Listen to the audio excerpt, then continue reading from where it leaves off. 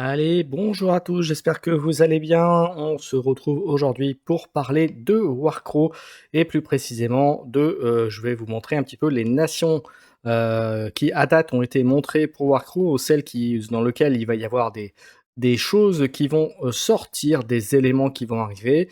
Alors avant de commencer les nations, je vais juste un peu répondre aux différents messages, reposts et posts qui ont été faits en commentaire de la vidéo YouTube. Alors, on peut dire qu'effectivement, en termes de règles, suite à la vidéo de règles, pour les lectures des règles que j'avais faites dernièrement, alors oui, on peut considérer qu'il n'y a pas de grandes nouveautés sur le système de règles, si ce n'est que les règles sont en fait une- un amalgame un petit peu de ce qui existait avec Infinity, en tout cas pour la gestion des dés et des icônes 2D. Donc pour ceux qui jouent à Infinity ou Aristea par exemple, ils vont pas être ils vont pas, ils vont, ça va leur sembler familier. Pour les autres, ils vont découvrir tous ces systèmes 2D avec les icônes avec les points d'exclamation pour valider certaines options.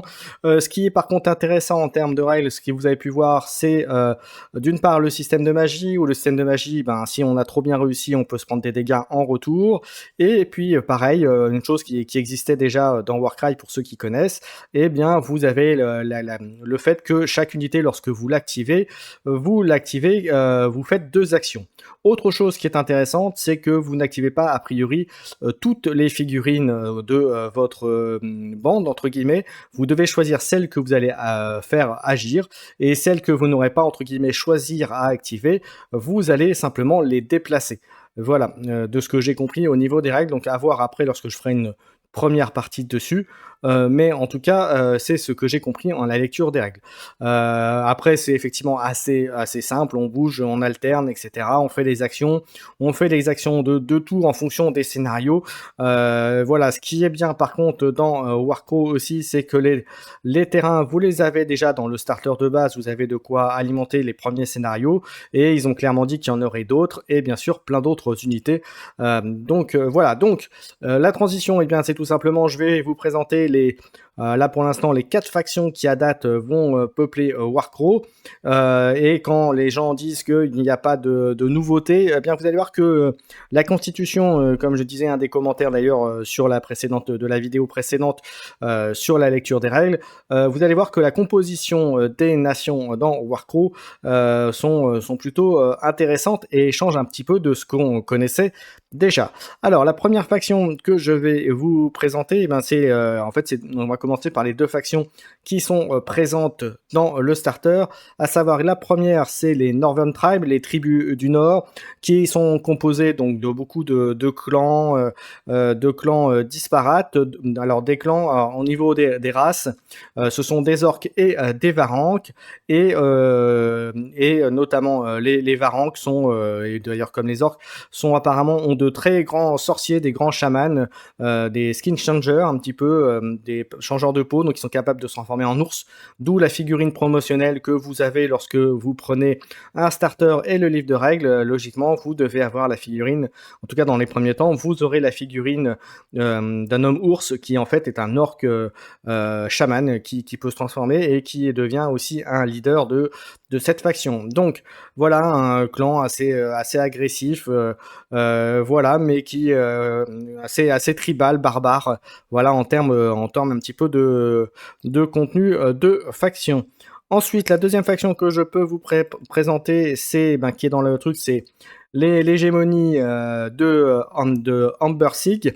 Alors c'est un empire expansionniste qui est un regroupement de plusieurs races, humains, nains, elfes, et qui accueille à bras ouverts, on va dire, les exilés des différents autres royaumes, qui prend en son sein aussi les territoires qu'il capture.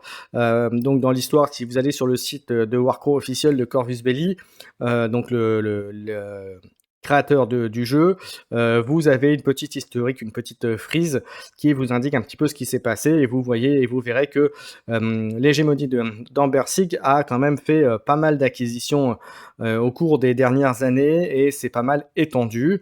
Voilà pour cette deuxième faction. Ensuite, il reste 2 autres factions, et ensuite je vous parlerai entre guillemets c'est pas une 5e faction, mais en tout cas un élément du monde qui fait son œuvre là dans l'histoire de Warcraft. Donc on en parlera tout à l'heure. Alors la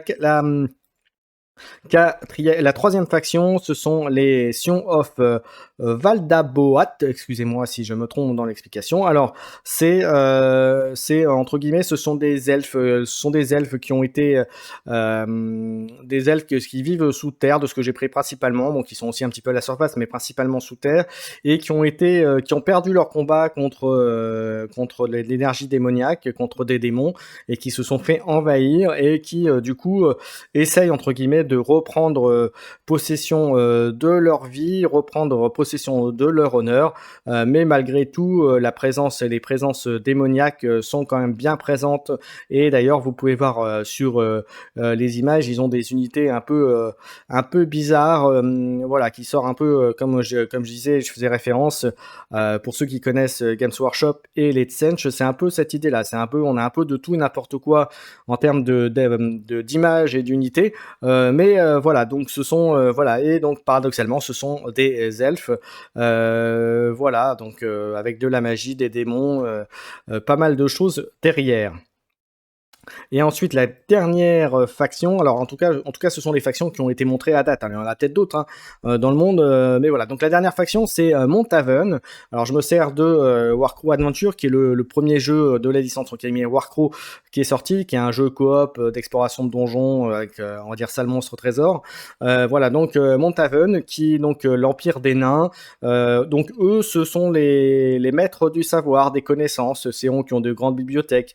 Ils sont aussi capables de forger, comme les nains un peu dans beaucoup de jeux sont capables aussi de forger, mais c'est des clans assez familiaux qui n'hésitent pas aussi à recueillir des exilés dans leur truc, et notamment ils ont perdu un royaume contre l'hégémonie de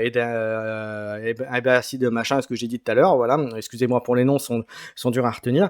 Donc voilà, donc la dernière c'est Monthaven. Voilà, vous avez eu les 4 factions qui à date ont été révélées, montrées, sachant qu'il y a eu la Gen Con qui a lieu en ce moment, il y a eu quelques révélations aussi de figurines qui vont arriver, notamment on sait qu'il va y avoir 3 unités, un groupe de 3 Varanques qui va arriver pour les Northern Tribes, on sait également qu'il va y avoir un groupe de 2 nains qui vont arriver pour l'Embassy, pour l'hégémonie et machin là.